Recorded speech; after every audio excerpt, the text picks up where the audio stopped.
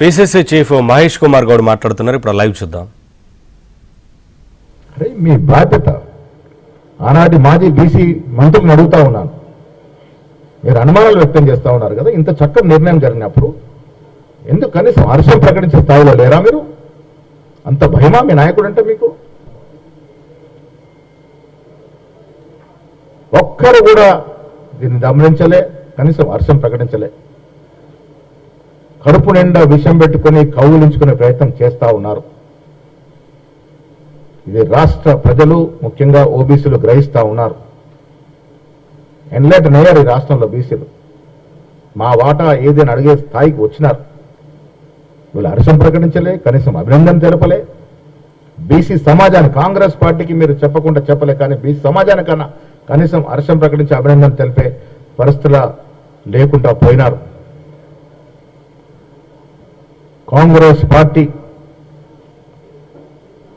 ఎన్నికలకు ముందు ఇచ్చినటువంటి అంశాలన్నీ కూడా ఒకటొకటిగా ఇంత ఆర్థిక నిర్బంధం ఉన్నా పూరిస్తూ వస్తూ ఉన్నాము. దాంట్లో భాగంగానే కామారెడ్డిలో ఆనాడు 42% రిజర్వేషన్ ఇస్తారని కామారెడ్డి డిక్లరేషన్ నేనే ప్రవేశపెట్టినాను అంటారు వర్కింగ్ ప్రెసిడెంట్గా. వీళ్ళ అదృష్టం, నేను పీసీ అధ్యక్షుడు అయ్యాను. నా హయాంలో 42% ఇస్తూ ఆర్డినెన్స్ వచ్చేటువంటి స్థాయికి చేరిందంటే ఇది కాంగ్రెస్ కార్యకర్తల యొక్క సంతోషకరమైన వార్త. దీని అందరం పంచుకొని ఐకమత్యంగా ముందుకు పోవాల్సిన తరుణంలో వారి ధోరణి మాత్రం దీనికి అనుగుణంగా లేదు. మీ అందరికీ మీ ద్వారా రాష్ట్ర ప్రజానికానికి నేను విజ్ఞప్తి చేస్తా ఉన్నాను. కాంగ్రెస్ పార్టీ ఇచ్చిన ప్రతి వాగ్దానానికి కట్టుబడి ఉంది కాబట్టే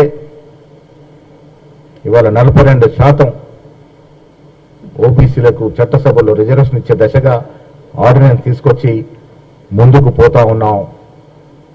ఇది బీసీలకు ఒక శుభ సూచకం. దీన్ని వాడుకొని ఉండాల్సిందిగా నేను విజ్ఞప్తి చేస్తా ఉన్నాను. 10 ఏళ్ళు అధికారంలో ఉన్న బీఆర్ఎస్ పార్టీ కనీసం 2017-18లో ఈ 42% రిజర్వేషన్ ఇచ్చి కేంద్రం నొప్పించుంటే కొన్ని వేల మందికి ఇలా బీసీలకి రాజకీయ అవకాశాలు వచ్చేవి. అది రాకుండా అడ్డుపడమే కాకుండా ఇలా కాంగ్రెస్ పార్టీ చేస్తే హర్షించాల్సింది పోయి విమర్శిస్తూ ఉన్నారు. వాళ్ళు నాయకురాలు కవిత గారు, అసలు ఆవిడ ఏ పార్టీలో ఉందో అర్థమవుతలేదు నాకైతే. బీఆర్ఎస్ పార్టీలో దయ్యాలు ఉన్నాయన్నారు. మరి ఆ దయ్యాలు బయటకు పోయినాయా? బీఆర్ఎస్ పార్టీ ఇంకా దయ్యాలు ఉన్నాయా? ఉంటే ఆ దయ్యాల పేర్లు ఏమిటి?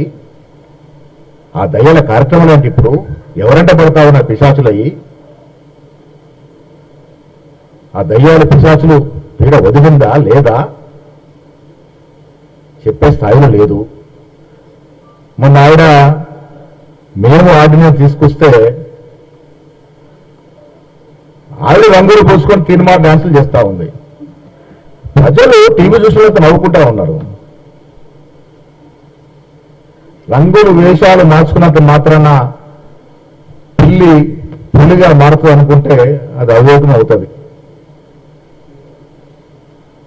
లిక్కర్ స్కామ్ లో రాష్ట్రానికి తలవంపు తెచ్చిన కవిత భగీరథ ప్రయత్నం చేసినా ప్రజలు ఆమెను పట్టించుకోరు గాక పట్టించుకోరు. తెలంగాణ రాష్ట్రం వచ్చినా సామాజిక తెలంగాణ రాలేదని చెప్పిన కల్వకుంట్ల కవిత మరి బీఆర్ఎస్ అధికారం ఉన్నప్పుడు ఎందుకు స్పందించలే? ఇవాళ బీఆర్ఎస్ వల్ల సామాజిక రాలేదని ఒప్పుకున్న ఆవిడ మరి బీఆర్ఎస్ వల్ల వచ్చిన ఎమ్మెల్సీ పదవి ఎందుకు రాజీనామా చేయట్లే? బీఆర్ఎస్ పార్టీకి ఎందుకు రాజీనామా చేయట్లే? అలా చేస్తుంటే కనీసం కొంత నమ్మేవారేమో.